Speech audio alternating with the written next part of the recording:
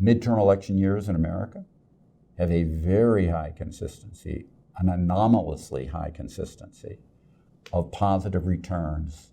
Going back to the history of the S&P 500, of the fourth quarter midterm election year returns are positive 6% on average, with well over 80% consistency. And that doesn't mean necessarily what happens this time, but it says there's a force there. And the force that's there comes from midterm elections creating a trend toward relative or absolute gridlock that's happened in all but a couple of elections ever. The consistency there is stunning. It then stops big, major legislation. The effect ripples on into the third year of the president's term, and with huge consistency. Again, 80+%, high 80s. And the reality of that is that it's easy to see and demonstrate in American politics because you have this regular every other year cycle. That people don't see it says they don't want to see it.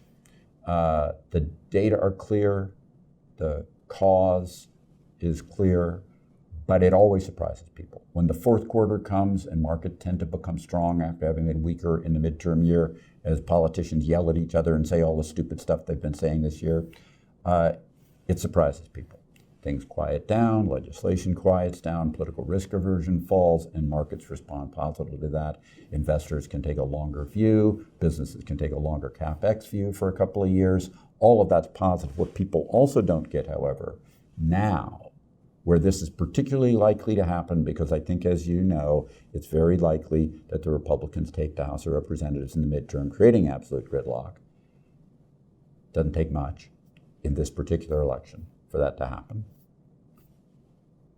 The other side of the coin that people don't think about is that in the rest of the world, in country after country, we've been building ever more gridlock. Ever more gridlock where there's less and less one party or in parliamentary systems, parallel ideology parties being able to gain control and pass major legislation. And while I can't promise you this, I think you will see that effect not just in America.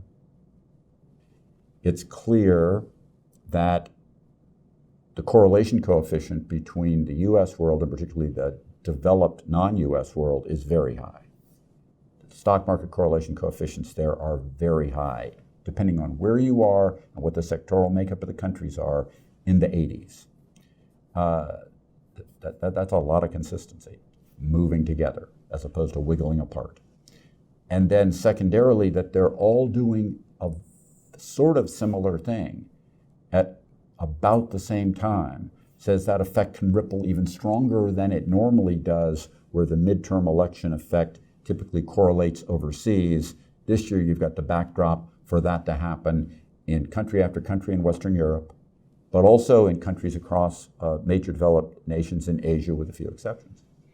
And so I think this trend toward gridlock being global at a time when gridlocks to be created on a hardcore basis in America, most likely, is a positive effect that I don't think most people actually anticipate and will be a surprise. Positive surprises are bullish, and you should be thinking about that as the fourth quarter rolls into position. Thank you very much for listening to me.